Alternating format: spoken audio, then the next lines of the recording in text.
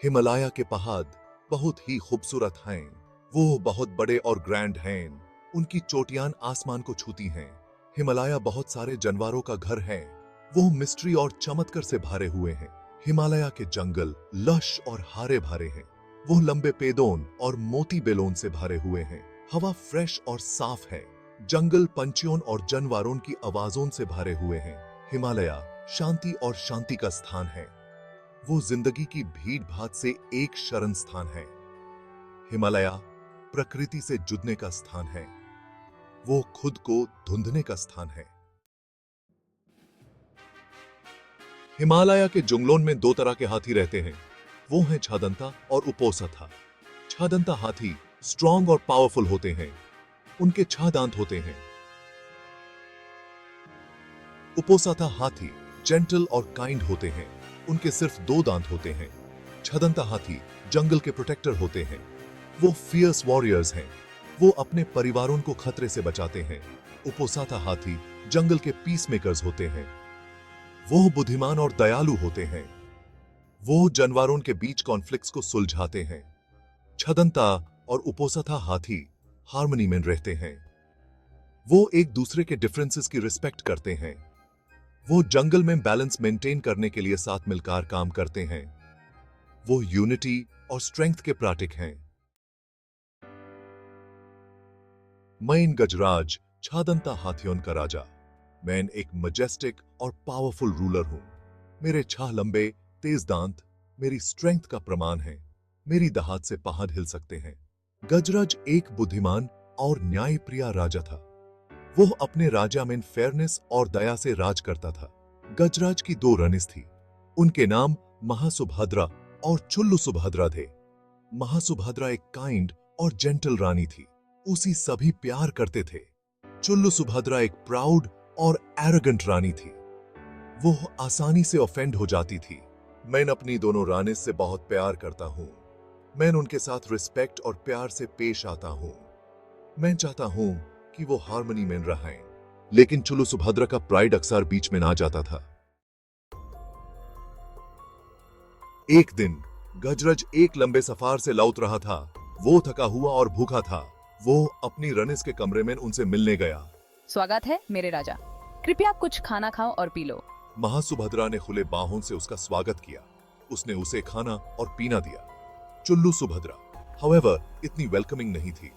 वो अपने ही ख्यालों में खोई हुई थी। उसने गजराज का आना नोटिस नहीं किया। कही कि ससुराज का ओह, मैं देख रहा हूं कि कुछ लोग इतने बिजी हैं कि उन्हें अपने राजा की वापसी नोटिस नहीं हुई। गजराज उसकी इंडिफरेंस से ऑफेंड हो गया। उसने एक सरकास्टिक कमेंट किया। तुम्हारी हिम्मत कैसे हुई मुझसे ऐसे बात करने की? चुल्लू सुभद्रा गुस्से में थी। उसने अपमानित महसूस किया। वो कमरे से बाहर चली गई।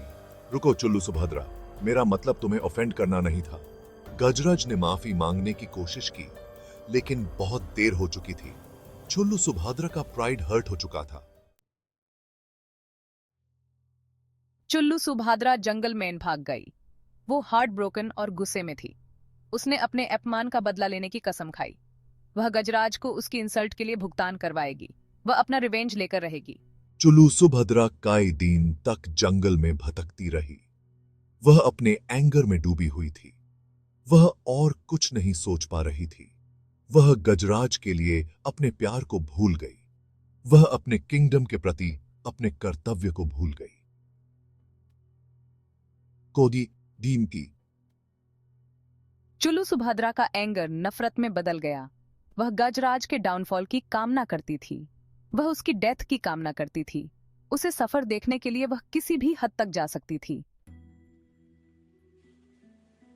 इसी बीच सोनटारा नाम का एक हंटर जंगल में आया। वह एक स्किल्ड और रूथलेस शिकारी था। वह हाथी दांत की तलाश में हिमालय आया था। उसने 6 दांत वाले हाथियों के किस्से सुने थे। सोनुत्तरा एक लालची और महत्वाकांक्षी आदमी था। वह अपने लक्ष्यों को प्राप्त करने के लिए किसी भी हद तक जा सकता था। उसे प्रकृति के लिए कोई सम्मान नहीं था। वह जंगल को सिर्फ प्रॉफिट के स्रोत के रूप में देखता था। सोनुत्तरा अपने शिकार को खोजने के लिए दृढ़ संकल्पित होकर जंगल में निकल पड़ा। वह अंडरग्रोथ के माध्यम से जानवरों को ट्रैक करता था। वह जाल और फंदे लगाता था। वह जंगल में एक डेडली फोर्स था। एक दिन सोनू तारा को गजराज का झुंड दिखाई दिया। वह उनके आकार और सुंदरता को देखकर चकित था, लेकिन वह लालच से अंधा भी था। उसने केवल उनके दांतों का मूल्य देखा। मुझे वो दांत चाहिए, वे एक फॉर्चून के लायक हैं। उसने उन सभी को मारने का फैसला किया। सोनू तारा ने हमला करने के लिए सही समय का इंतजार किया। वह अपने धनुष और बाण के साथ झुंड के करीब आ गया। उसने सबसे बड़े और सबसे प्रभावशाली हाथी गजराज पर निशाना साधा। यह मेरा मौका है।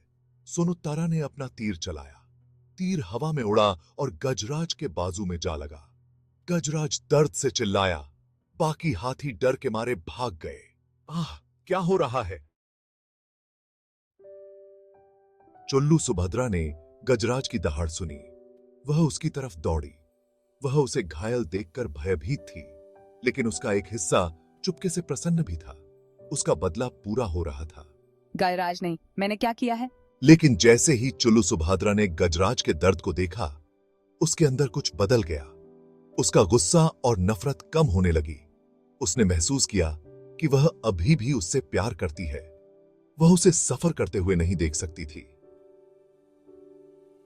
मैं ऐसा नहीं होने दे सकती। चुल्लू सुभद्रा सोनू तारा के अगले तीर के सामने आ गई। तीर उसके मांस को चीरता हुआ निकल गया। वह जमीन पर गिर पड़ी, प्राणघातक रूप से घायल हो गई। उसने गजराज की जान बचाने के लिए अपनी जान कुर्बान कर दी थी। चुल्लू सुभद्रा, नहीं, तुमने ऐसा क्यों किया? चुल्लू सुभद्रा की मृत्यु से गजराज तबाह हो गया। उसने उसके लिए उसके प्यार की गहराई को महसूस किया। उसने उसके बदला लेने की विनाशकारी प्रकृति को भी महसूस किया। इसने लगभग उसकी जान ले ली थी। इसने उसकी जान ले ली थी। ओह चुल्लू सुभद्रा, हमने क्या किया है? गजराज को चुल्लू सुभद्रा से कहे अपने कठोर शब्दों पर पछतावा हुआ। काश वह उन्हें वापस ले पाता। उसने शांति और करुणा का जीवन जीकर उसके बलिदान का सम्मान करने की कसम खाई। वह फिर कभी क्रोध और घृणा को अपने ऊपर हावी नहीं होने देगा। वो कहा आगे था, मैं तुम्हारा सम्मान करूंगा चुल्लू सुभद्रा, मैं वादा करता हूं। गजराज ने अपना एक दांत तोड़ दिया। उसने उसे चुल्लू सुभद्रा के शरीर के पास रख दिया। यह उसके पश्चाताप का प्रतीक था। यह बदला लेने की भारी कीमत की याद दिलाता था। यह दांत इस बात की याद दिलाता रहे कि हमने क्या खोया है। गजराज ने उस दिन एक बहुमूल्य सबक सीखा। उसने सीखा कि बदला एक दोधारी तलवार है। यह शिकार और अपराधी दोनों को पीड़ा देता है। यह दिल को जहरीला बनाता है और दिमाग को धुंधला करता है। यह अपने रास्ते में आने वाली हर चीज को नष्ट कर देता है। आग के लिए यह अपने रास्ते में आने का आताद है। बदला लेने से सिर्फ और दर्द होता है।